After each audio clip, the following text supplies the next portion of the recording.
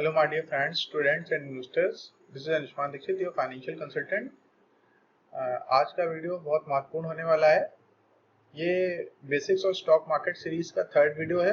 Basics of stock market series में हम लोग एक लेमैन को, एक साधारण इंसान को जिसको स्टॉक मार्केट के बारे में कुछ नहीं पता, वो स्टूडेंट है, पढ़ाई कर रहा है बीकॉम में, बीबीए में, एमबीए में, या फिर इन्वेस्टर बनना चाहता है, ट्रेडर बनना चाहता है, और this course is equally beneficial for retire person, for businessman, for हाउसवाइफ्स, तो सभी के लिए बहुत महत्वपूर्ण है। लेकिन आपको इस सीरीज के सारे वीडियो देखने पड़ेंगे, तब आप बेसिक्स ऑफ स्टॉक मार्केट को अच्छे से समझ पाएंगे। एक एक वीडियो को आप दो तीन तीन चार बार रिवाइंड करके देख सकते हैं, सो दैट कि आपको कोई भी पॉइंट मिस ना हो और आप हर एक चीज को बहुत अच्छे से समझ पाओ। और जब आपके पास नॉलेज होगी, जब आपके पास प्रॉपर जानकारी होगी, तब आप अच्छे से स्टॉक मार्केट में इन्वेस्ट भी कर सकते हैं, उससे पैसे बना सकते हैं।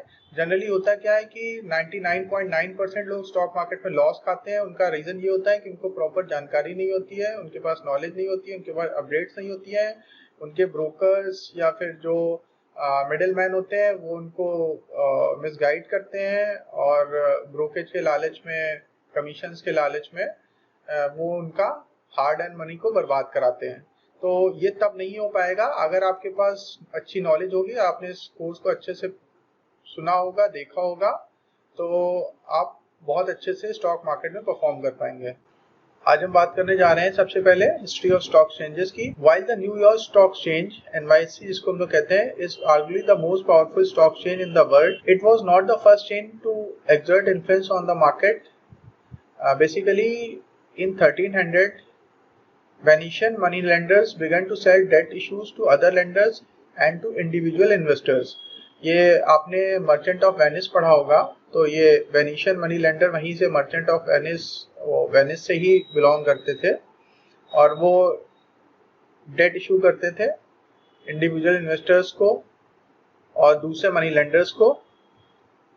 तो 13वीं शताब्दी से आप मान सकते हैं कि स्टॉक एक्सचेंज के पैटर्न की शुरुआत हो गई थी और इस समय NYSE जो न्यूयॉर्क स्टॉक एक्सचेंज है वो माना जाता है कि मोस्ट पावरफुल स्टॉक एक्सचेंज है। लेकिन सबसे अगर पुराने की बात करें तो सबसे पहले पुराने में पैटर्न जो है वो वेनिस से ही शुरू हुआ था, इटली से।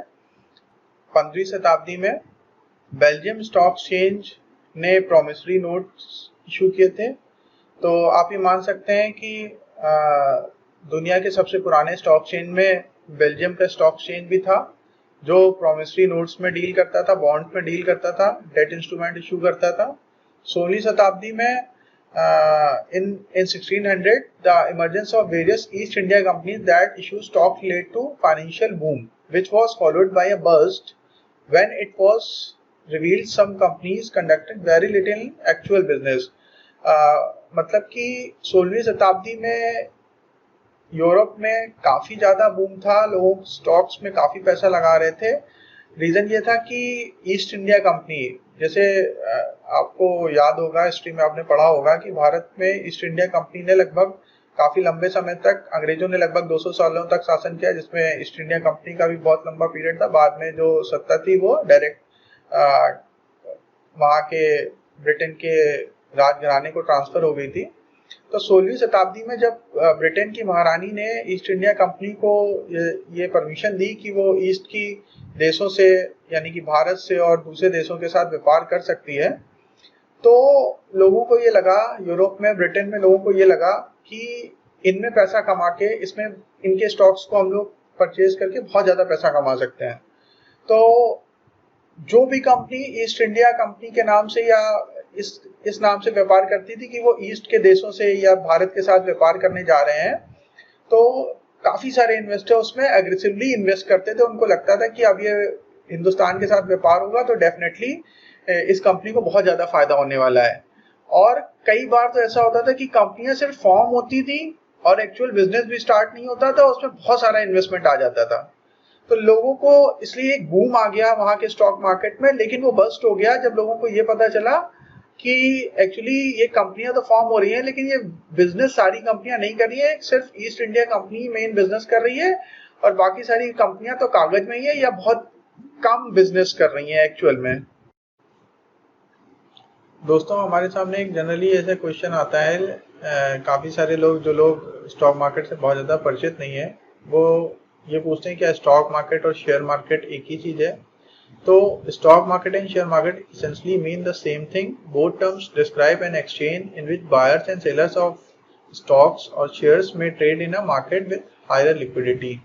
जनरली स्टॉक मार्केट या शेयर मार्केट वो जगह होती है जहाँ पे बायर सेलर आपस में इंटरेक्ट करते हैं और वहाँ पे प्रॉपर लिक्विडिटी होती है ताकि कोई बायर कोई भी शेयर खरीद पाए और कोई भी सेलर अपने शेयर्स एग्जिस्टिंग शेयर्स को सेल कर पाए। आइए समझते हैं कि शेयर से स्टॉक्स क्या होते हैं। तो share is a unit issued by a company at the time of raising fund from the market.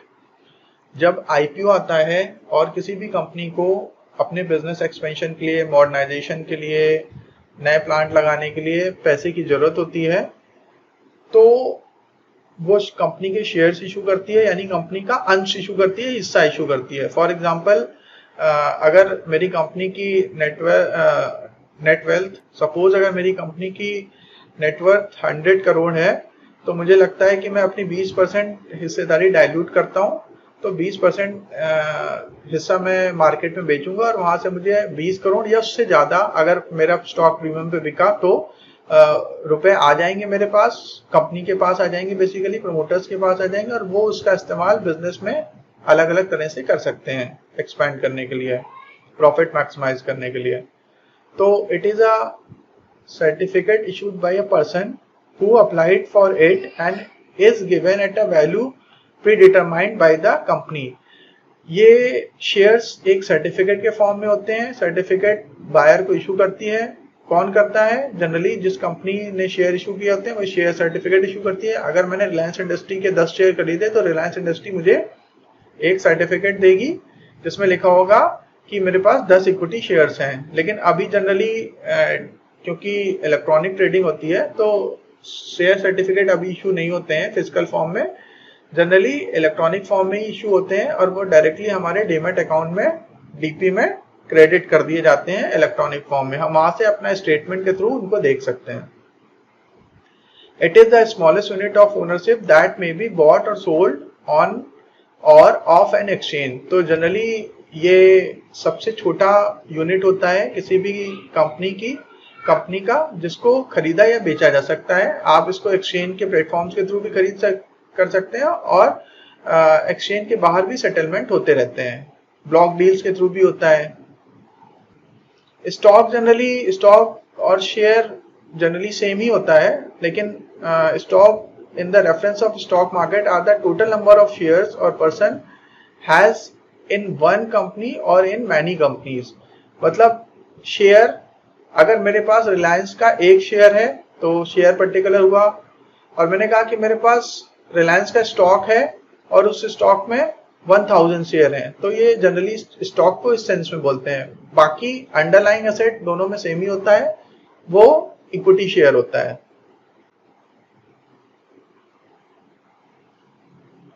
Stock market क्या होता है? Stock market is an organised market where security of government, semi government bodies, corporate enterprises are bought और sold. तो stock market एक ऐसी जगह होती है जहां पे ये सारे सिक्योरिटीज जिसमें बॉन्ड्स भी हो सकते हैं, शेयर्स भी हो सकते हैं, डिवेंचर्स भी हो सकते हैं, वो खरीदे और बेचे जाते हैं। एटीएफ्स भी हो सकते हैं, एक्सचेंज ट्रेडेड फंड्स भी हो सकते हैं। It is established for the purpose of assisting, regulating and controlling business in buying, selling and dealing in securities।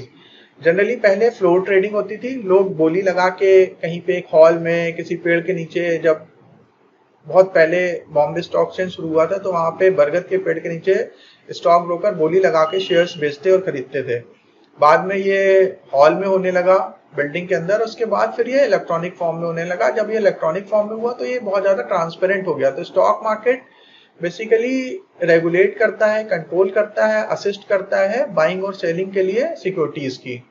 अगर ये प्लेटफॉर्म नहीं होगा तो हम सिक्योरिटीज की बाइंग एंड सेलिंग नहीं कर पाएंगे। और स्टॉक मार्केट में जनरली वही सिक्योरिटीज ट्रेड करती हैं जो उसमें लिस्टेड होती हैं। जो अनलिस्टेड सिक्योरिटीज हैं, जैसे फॉर एग्जांपल मैं कहूँ कि आपको जोमेटो का शेयर लेना है, आपको उबर का शेयर लेना है, आपको ओला का शेयर लेना है, तो वो इंडियन स्टॉक मार्केट में लिस्टेड ही नहीं है तो आप उनका शेयर नहीं खरीद सकते हैं। आप आप वही उन्हीं कंपनियों के शेयर्स खरीद सकते हैं जिनका स्टॉक इंडिया में लिस्टेड है। जैसे फॉर एग्जांपल मारुति सुजुकी का शेयर इंडिया में लिस्टेड है तो आप वो खरीद सकते हैं, टाटा मोटर्स खरीद सकते हैं, महिंद्रा एंड महिंद्रा खरीद सकते हैं, लेकिन निसान नहीं खरीद सकते क्योंकि वो इंडियन मार्केट में लिस्टेड नहीं है। अगर आपको उसको खरीदना है तो वो जिस मार्केट में लिस्टेड, जैसे फॉर एग्जांपल अगर आपको माइक्रोसॉफ्ट का शेयर खरीदना है तो आप नैस्डैक से या अमेरिकन स्टॉक एक्सचेंज से खरीद सकते हैं। लेकिन काफी सारे शेयर्स होते हैं जो लिस्टेड ही नहीं होते हैं, जैसे LIC लाइफ इंश्योरेंस कॉर्पोरेशन, वो एक बहुत बड़ी कंपनी है, माना जाता है उसकी मार्केट कैपिटलाइजेशन कहीं 5 से 10 लाख करोड़ के आसपास होगी, और इतनी बड़ी कंपनी होने के बाद भी अभी तक गवर्नमेंट ने उसको लिस्ट नहीं कराया है, तो हम उसके शेयर्स खरीद बेच नहीं सकते हैं, उसमें हिस्सेदारी नहीं ले सकते हैं। तो स्टॉक मार्केट में सिर्फ उन्हीं कंपनियों में या सिक्योरिटीज में हम लोग अपनी हिस्सेदारी ले सकते हैं जो स्टॉक मार्केट में लिस्टेड होती है। स्टॉक मार्केट में कोई भी इंडिविजुअल ऐसा कर सकता है, कॉर्पोरेट भी ऐसा कर सकते हैं, HUF भी ऐसा कर सकते हैं, बाई सेल कर सकते हैं। स्टॉक मार्केट और equity market is a market for the trading of companies stock shares and derivative at a agreed price. Generally इसमें डेरिवेटिव्स की भी ट्रेडिंग होती है और शेयर्स की भी ट्रेडिंग होती है। जो शेयर्स की ट्रेडिंग होती है उसका तरीका ये होता है बिड एंड आस्क प्राइस। आप किसी एक पर्टिकुलर प्राइस पे, जैसे आपके पास रिलायंस इंडस्ट्री का स्टॉक है और आप चाहते हैं उसको 2000 रुपीज में बेचना, आपने 1800 पे खरीदा था, तो आप एक बिड लगा देंगे कि मैं 2000 रुपए में इसको बेचना चाहता हूँ। और कुछ लोग ये भी बिड लगा सकते हैं कि उनको रिलायंस इंडस्ट्रीज का शेयर 1900 रुपए में खरीदना है, तो उन्होंने बिड लगा दी। जब ये दोनों प्राइस आपस में मैच करेंगे, यानी कि जब 1900 वाला सोचेगा चलो अच्छा ठीक है मैं थोड़ा ज्यादा में खरीद लेता हूँ, 1950 में खरीद लेता हूँ, और जिसको 2000 रुपए में बेचना है सोचता है कि ठीक है चलो अच्छा मैं 50 रुपए कम करके बेच देता हूँ, मैंने तो 1800 पे ही खरीदा था, तब मुझे 150 रुपए का प्रॉफिट आ रहा है। और जब वो प्राइस मैच करेगा तभी वो ट्रांजेक्शन एग्जीक्यूट करेगा। तो इस तरह से स्टॉक मार्केट में बाई एंड सेलिंग की मैकेनिज्म होती है। और पूरे ग्लोबल स्टॉक मार्केट की जो इस समय मार्केट कैपिटलाइजेशन है वो अप्रॉक्स $19 ट्रिलियन है, which is very huge. What is a share stock equity? जैसा कि अभी हम लोग ने ऑलरेडी बात कर ली है, share represent a fraction of ownership in a business, एक अंश को रिप्रेजेंट करता है आपके बिजनेस में। The common feature of all these is equity participation. Different class of shares have different voting rights. देखिए, अगर किसी कंपनी ने अपने कंपनी के 100 शेयर हैं उसके पास, उसको लगता है मैं 10 शेयर मार्केट में बेच देता हूँ, उससे जो पैसा आएगा उससे मैं अपनी कंपनी को और ग्रो करूंगा और एक्सपेंड करूंगा। तो 10 लोगों ने एक एक शेयर खरीद लिया, तो यानी कि वो शेयर होल्डर्स बन गए, उनके पास उस पर्टिकुलर कंपनी की आंशिक हिस्सेदारी 1-1% की आ गई। और जनरली इसको इक्विटी शेयर्स कहा जाता है। इक्विटी का मतलब ये होता है कि आप अपनी कंपनी में हिस्सा बेच के जो पैसा फंड रेज करते हैं वो इक्विटी कैपिटल होता है। और डेट वो होता है जिसमें आप उधार पे लेते हैं, किसी बैंक से या किसी लेंडर से आप उधार लेते हैं, उसको डेट कहा जाता है। तो दोनों तरह से आप बिजनेस के लिए पैसा इकट्ठा कर सकते हैं। और जो इक्विटी शेयर्स होता है वो डिफरेंट क्लास के होते हैं, जैसे कि कुछ प्रेफरेंशियल शेयर होते हैं, कुछ इक्विटी शेयर होते हैं, कुछ शेयर्स में वोटिंग राइट होता है, कुछ में नहीं होता है। तो जैसे डीवीआर होते हैं उसमें जनरली वोटिंग राइट नहीं होता। जैसे टाटा मोटर का डीवीआर ट्रेड करता है तो उसमें टाटा मोटर का जो इक्विटी शेयर्स है उसमें वोटिंग राइट होता है, लेकिन डीवीआर में वोटिंग राइट नहीं होता है। तो इस तरह से अलग अलग प्रकार के शेयर होते हैं जिसमें वोटिंग की अलग अलग राइट्स होते हैं। तो ये रिटेल इन्वेस्टर के लिए बहुत ज्यादा मैटर नहीं करता है, क्योंकि वोटिंग राइट या वोटिंग के लिए बहुत ज्यादा बड़ी हिस्सेदारी आपके पास कंपनी में होनी चाहिए, 2-4% की तो होनी चाहिए एटलीस्ट। हम लोग जो रिटेल इन्वेस्टर्स होते हैं उनके पास कुछ 1000, 2000, 10,000, 20,000 शेयर होते हैं, तो वो कोई मैटर नहीं करता है। Ownership of share is documented by a legal document that specifies the amount of share owned by the share holder and other specifies the share such as par value or the class of the shares if any। Generally share holder जो होते हैं उनको एक certificate issue किया जाता था पहले, अभी तो इलेक्ट्रॉनिक फॉर्म में आता है। उस पर्टिकुलर सर्टिफिकेट में लिखा रहता था कि आपके पास कितने शेयर हुए हैं, वो किस प्राइस पे आपको इशू किए गए हैं, उनकी फेस वैल्यू क्या है, लाइक दैट।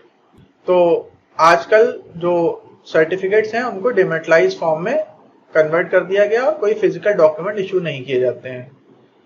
शेयर होल्डर्स के बारे में हम लोग बहुत बार बात कर चुके हैं। शेयर होल्डर आंशिक हिस्सेदारी होती है कंपनी में, एक लीगल राइट्स होता है, वो शेयर होल्डर वोटिंग में पार्टिसिपेट कर सकता है।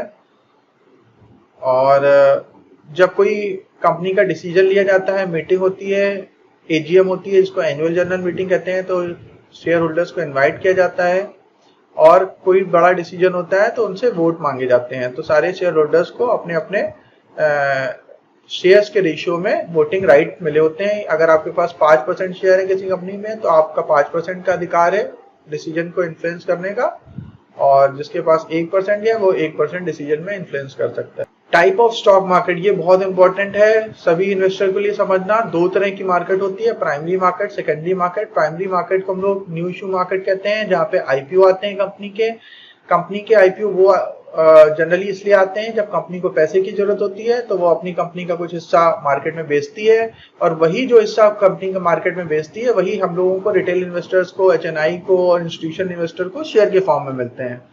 तो वो उनको शेयर को परचेज करते हैं और वो पैसा जो है वो कंपनी के अकाउंट में ट्रांसफर होता है और कंपनी उस पैसे का इस्तेमाल करके बिजनेस एक्सपेंड करती है और ज्यादा प्रॉफिट मैक्सिमाइज करने की कोशिश करती है। तो जितने भी सारे शेयर होल्डर्स होते हैं उनकी नेटवर्थ बढ़ती है क्योंकि शेयर का प्राइस बढ़ रहा होता है, तो उनकी जो कैपिटल है वो अप्रिशिएट हो रहती है, कैपिटल अप्रिशिएट होती है। तो टाइम टू टाइम हर एक शेयर जो है वो डिविडेंड इशू करते हैं, तो डिविडेंड के फॉर्म में भी शेयर होल्डर्स को अर्निंग होती है। सेकेंडरी मार्केट वो मार्केट होती है जिसको हम लोग स्टॉक मार्केट कहते हैं। स्टॉक मार्केट में शेयर आईपीओ के आने के बाद जब लिस्ट हो जाता है तो जिन लोगों के पास भी वो शेयर होता है वो आपस में अपने शेयर को एक्सचेंज कर सकते हैं। जिसके पास वो बायर, जिन्होंने आईपीओ में शेयर खरीदा है, वो बाद में किसी और को सेकेंडरी मार्केट में बेच सकते हैं। यानी सेकेंडरी मार्केट में आपको कंपनी से खरीदने की जरूरत नहीं होती, आप किसी भी एग्जिस्टिंग शेयर होल्डर से शेयर परचेज कर सकते हैं। और इसके एग्जांपल है Bombay stock exchange, New York stock exchange, national stock exchange, like that. अब लोग मार्केट कंडीशंस की बात कर लेते हैं। इसमें कई तरह की कंडीशंस होती हैं, जैसे बुल मार्केट, बेयर मार्केट। तो बुल मार्केट वो कंडीशन होती है जिस समय मार्केट का प्राइस ऊपर की तरफ जा रहा होता है, स्टॉक प्राइस बढ़ रहे होते हैं, इंडेक्स बढ़ रहा होता है। और अब इसको डिटेल में थोड़ा समझ लेते हैं। Financial market condition in which prices of security और group of security are rising और आर एक्सपेक्टेड टू राइज। मतलब या तो वो बढ़ रहे होते हैं या उम्मीद होती है कि बढ़ेंगे, तो हम लोग कहते हैं वो बुल फेज में चल रही है market. Bull market are characterised by optimism, investor confidence and expectation that strong result will continue। Basically bull market का जो बेस होता है वो ऑप्टिमिज्म होता है। इन्वेस्टर्स काफी ज्यादा ऑप्टिमिस्टिक होते हैं, उनको लगता है आगे चल के रिजल्ट अच्छे आने वाले हैं, कंपनियों के इकोनॉमी अच्छा करेगी तो आगे चल के शेयर प्राइस बढ़ेगा। ऑप्टिमिज्म होता है, इन्वेस्टर कॉन्फिडेंट होते हैं तो वो शेयर को परचेज करते रहते हैं। बियर मार्केट में जस्ट इसका अपोजिट होता है, पैसिमिज्म होता है, इकोनॉमी परफॉर्म नहीं कर रही होती है, कुछ प्रॉब्लम्स चल रही होती हैं। जिसका अभी बहुत अच्छा एग्जांपल है हमारा ये कोरोना का एपिडेमिक, जिसमें लॉकडाउन के समय जो इंडिया का स्टॉक मार्केट सेंसेक्स 42,000 के आसपास चलता था वो घटते घटते लगभग 26-27 हजार तक आ गया और 30-40% से ज्यादा का करेक्शन आया था। स्मॉल कैप इंडेक्स में तो 50-60% तक के करेक्शन देखने को मिले थे। मिड कैप में भी 50% से ज्यादा का फॉल था।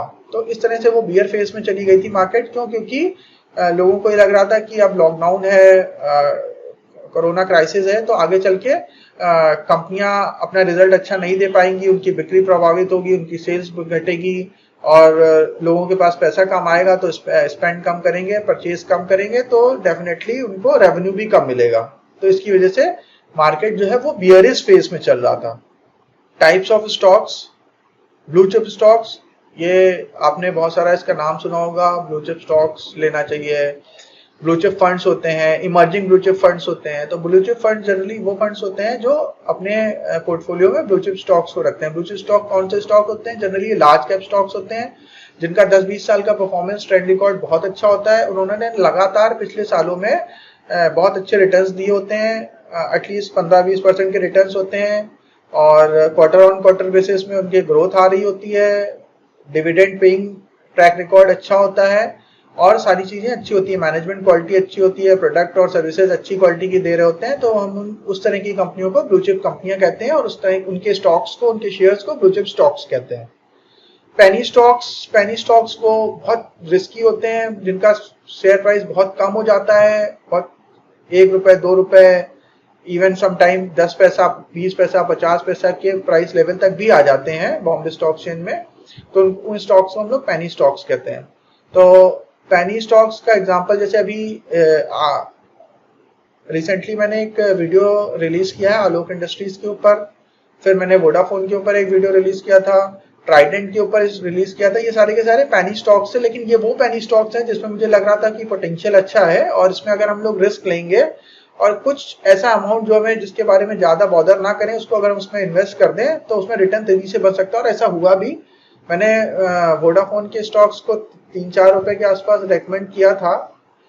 रेकमेंड सेंस मैंने मतलब ज्यादा अच्छा वर्ड होगा कि मैंने उसके ऊपर वीडियो बना के आप लोगों को बताया था कि ये समय अट्रैक्टिव प्राइस है। रिकमेंडेशन में नहीं करता हूँ, वो आपको अपने खुद के विवेक से काम करना होता है। तो 4-5 रुपए के आसपास वो ठीक लग रहा था और वहां से उसने काफी अच्छी ग्रोथ दी। इसी तरह से आलोक इंडस्ट्री भी 3 रुपए के लेवल से बढ़ते बढ़ते 55 से 58 रुपए तक के लेवल तक पहुंच गया और अभी कुछ दिनों से उसमें डाउन ट्रेंड भी चल रहा है। तो लास्ट ट्रेडिंग सेशन में 27 रुपए का था। तो आलोक इंडस्ट्री था, ट्राइडेंट था, वोडाफोन था और इसके अलावा बहुत सारे और दूसरे स्टॉक्स हैं जिनकी वैल्यूएशन बहुत कम हो जाती है, 1 रुपए, 2 रुपए, 4 रुपए के भाव पे आ जाते हैं। उनको हम लोग पेनी स्टॉक्स कहते हैं। और पेनी स्टॉक्स क्यों होता है? क्योंकि उनकी परफॉर्मेंस खराब हो जाती है, उनके रिजल्ट खराब आने लगते हैं, उनके ऊपर डेट बर्डन बहुत ज्यादा होता है, या उनके प्रोडक्ट बिकना बंद हो जाते हैं, या उनकी सर्विसेज की क्वालिटी खराब होती है, या कुछ ना कुछ इसमें इश्यू होता है जिसकी वजह से वो पेनी स्टॉक्स में कन्वर्ट हो जाते हैं। ये कुछ ब्लू चिप स्टॉक्स हैं, नेस्ले, पैप्सको, कैडबरीज, जीएसके, तो Britannia, Wipro, ITC, Procter and Gamble, Hindustan Unilever, ITC, Tata, ये सारे के सारे ब्लू चिप स्टॉक्स हैं। वैल्यू स्टॉक्स क्या होते हैं? जनरली वैल्यू स्टॉक्स वो स्टॉक्स होते हैं जो किसी वजह से डाउन ट्रेंड में चल रहे होते हैं, बट उनका पोटेंशियल बहुत अच्छा होता है, उनमें ग्रोथ पोटेंशियल होता है। किसी एक सर्टेन कंडीशन की वजह से या सिनेरियो की वजह से उस पर्टिकुलर पॉइंट ऑफ टाइम पे उसका वैल्यूएशन घटा हुआ होता है। तो इसलिए हमें वैल्यू बेस्ड स्टॉक्स में इन्वेस्टमेंट करने की सोचनी चाहिए, क्योंकि वैल्यू इन्वेस्टिंग से काफी अच्छी वेल्थ क्रिएट करी जा सकती है। और जो दुनिया के सबसे बड़े इन्वेस्टर हैं वॉरेन बफेट साहब, वो एक वैल्यू इन्वेस्टर है। और काफी सारे बाकी दूसरे जो बड़े बड़े इन्वेस्टर हैं वो वैल्यू इन्वेस्टर थे और उन्होंने उन शेयर्स को आइडेंटिफाई किया जो किसी वजह से अपनी इंट्रिंसिक वैल्यू मतलब उनकी जो एक्चुअल वैल्यू थी उससे वो काफी नीचे के लेवल पे मिल रहे थे, और वहां पे उन्होंने उनको बाय किया और कुछ साल 2 साल के में उन्होंने वापस अपनी रियल वैल्यू को अटेंड किया और काफी ज्यादा वेल्थ क्रिएट किया। तो जैसे अगर मैं आपको एग्जांपल के लिए बताऊं कि सन फार्मा बहुत खराब परफॉर्म कर रहा था कई समय से, ल्यूपिन, आपका इन्फोसिस, तो इस तरह के शेयर्स जिनकी डिमांड बहुत ज्यादा है, जिनके पास क्लाइंट्स हैं और जिनके प्रोडक्ट बहुत अच्छे हैं और वो बिक रहे हैं, उनकी सर्विसेज लोग इस्तेमाल कर रहे हैं, लेकिन वो किसी वजह से मार्केट कंडीशन की वजह से या किसी इशू की वजह से उनके प्राइस में सर्टेन एक डीप करेक्शन आता है, तो हम लोग उस तरह के स्टॉक्स को वैल्यू स्टॉक्स कहते हैं। और उनकी एक साइकिल होती है, अगर हम उसको अच्छे से आइडेंटिफाई कर ले तो हम उसमें अच्छा वेल्थ क्रिएट कर सकते हैं। बट एक कभी कभी वैल्यू एक ट्रैप भी होता है। जैसे सन फार्मा में पिछले 4-5 सालों से लोग वैल्यू ट्रैप में फंसे हुए थे, वो बढ़ ही नहीं रहा था। तो हमें ये सब भी देखना पड़ेगा कि मतलब कहीं वैल्यू ट्रैप में ना हम फंस जाए, हम उन्हीं स्टॉक्स को आइडेंटिफाई करें जो 1-2-3 साल के अंदर वापस अच्छे से रिकवर कर पाए। तो value stock is a type of stock that is currently selling at a low price, companies that have good earning, good potential, good growth potential, but whose stock price do not reflect these are considered value companies। जैसे मैंने आपको भी बताया कि जिनकी growth अच्छी होती है, अर्निंग्स अच्छी होती है, सारी चीजें ठीक होती हैं, बट लेकिन उनका स्टॉक प्राइस किसी वजह से उसको रिफ्लेक्ट नहीं कर रहा होता है, तो हम उनको वैल्यू स्टॉक्स कहते हैं। Investor who buy value stocks believe that these stocks are only temporary, out of favour and will soon experience great growth, जो आगे चल के बहुत अच्छी ग्रोथ दिखा सकते हैं। उसके बाद नेक्स्ट कैटेगरी है हमारी इनकम स्टॉक्स की। Income stocks are stock that pay higher than average dividends over a sustain period of time. तो ये जनरली एक्सपेक्टेशन से ज्यादा डिविडेंड पे कर रहे होते हैं, यानी इनकी ग्रोथ बहुत अच्छी हो रही होती है और ये अपने शेयर होल्डर्स को काफी अच्छा डिविडेंड पे करते हैं। These above average dividend tend to pay by large established companies with stable earnings, और ये सिर्फ वही कर सकता है जिनकी अर्निंग बहुत अच्छी होंगी और वो बड़ी कंपनियां होंगी, उनके अंदर कैपेसिटी होगी, पोटेंशियल होगा कि वो ज्यादा डिविडेंड अपने इन्वेस्टर्स को पे कर पाए। आप समझ लेते हैं why does a company issue share to a public, public को क्यों कंपनी अपनी शेयर इशू करती है। A company may want additional capital to invest in new project, जैसे कि हम लोग इस टॉपिक के ऊपर ऑलरेडी बात कर चुके हैं।